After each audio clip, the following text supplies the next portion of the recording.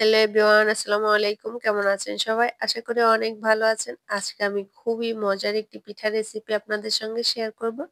আজকে আমি তৈরি করে দেখাবো ন্যাড়া পিঠা। এই পিঠাটা কিন্তু খেতে অনেক অনেক মজার।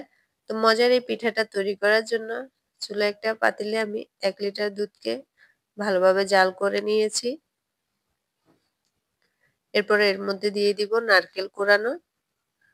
নারকেলটা ডিপ ফ্রিজে ছিল, বরফ ছাড়েনি, তাই গরম দুধের সঙ্গে দিয়ে দিয়েছি। খুব তাড়াতাড়ি বরফটা গলে যাবে। এরপর স্বাদ অনুযায়ী লবণ দিয়ে দিয়েছি।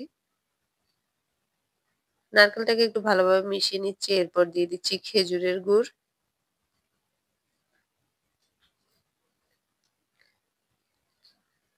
এরপর ভালোভাবে নারকেল আর গুড়টাকে দুধের সঙ্গে মিশিয়ে নিব। গুড়টা গলে না যাওয়া পর্যন্ত এভাবে নেড়ে জাল করে নিব। গুড়টা এখনো গলেনি, আর একটু জাল করতে হবে। গুড়টা গলে গেছে। এরপর এর মধ্যে দিয়ে দিব শুকনো চাউলের গুঁড়া। এই পিঠাটা তৈরি করতে কিন্তু শুকনা চাউলটাই ব্যবহার করতে হবে। ভিজা চাউল দিয়ে কিন্তু এই পিঠাটা হবে না। গুঁড়িটা পরিমাণ মতো দিয়ে এরপর ভালোভাবে মিশিয়ে নিচ্ছি।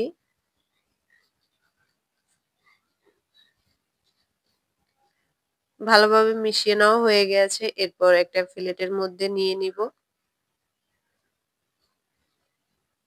এরপর একটু হাত দিয়ে পিঠার ডোটাকে একটু ভালোভাবে মথে নিব।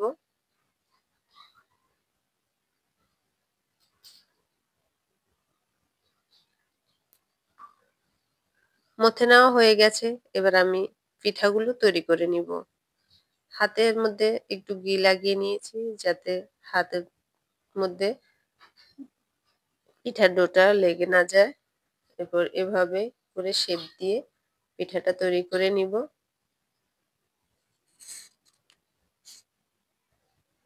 এই পিঠাটার ২ মাথায় একটু চোখা হয়, সেজন্য এটাকে ন্যাড়া পিঠা বলে।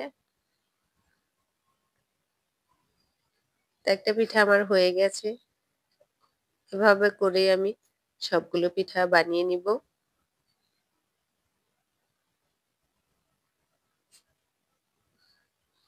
আমার ভিডিও যদি আপনাদের ভালো লেগে থাকে তাহলে প্লিজ আমার ইউটিউব চ্যানেলটি সাবস্ক্রাইব করে দিবেন। পাশে থাকা বেল আইকনটি অন করে রাখবেন। তাহলে আমি যখনই ভিডিও ছাড়বো সঙ্গে সঙ্গে আপনাদের কাছে নোটিফিকেশন চলে যাবে। আর লাইক, কমেন্ট করে দিবেন।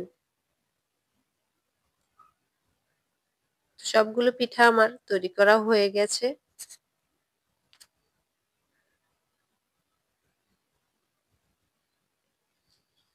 এবার পিঠাকে ভাপে দিতে হবে। তার জন্য আমি একটা রাইস কুকারের উপরের জালিটা নিয়ে নিয়েছি। এবার সবগুলো পিঠে আমি এই রাইস কুকারের জালির মধ্যে নিয়ে নিচ্ছি।